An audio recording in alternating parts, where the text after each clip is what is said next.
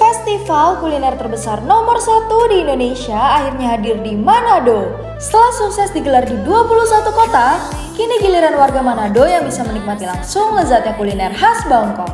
Bertempat di kawasan Megamas, acara ini bakal jadi surganya pecinta kuliner persembahan Roadshow Kuliner Viral Indonesia BGW Food dan G Town Square. Siap-siap dimanjakan dengan berbagai hidangan khas Thailand dan jajanan viral kekinian yang lagi hits banget. Di sini, kamu bisa nemuin aneka makanan dan minuman khas Thailand seperti somtam seafood, somtam buah, duri senbei, longan, hingga tom yum gentong. Selain itu, ada juga jajanan viral yang wajib kamu cobain mulai dari La Spezia mac and cheese dengan keju Itali, jagung tarik moza, dessert go, tanghulu, dan lebih dari 200 tenan dan 1000 pilihan menu yang siap bikin kamu kalap kulineran.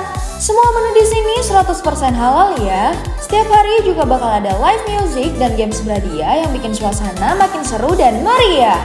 Festival ini cuma berlangsung 12 hari aja dari 5 sampai 16 November 2025 mulai pukul 10 pagi sampai 10 malam. Ajak teman, keluarga, atau pasangan kamu karena porsi makanan dan minumannya cocok banget buat sharing. Catat tanggalnya dan siapin perutmu buat nikmatin pengalaman kuliner khas Bangkok di Manado.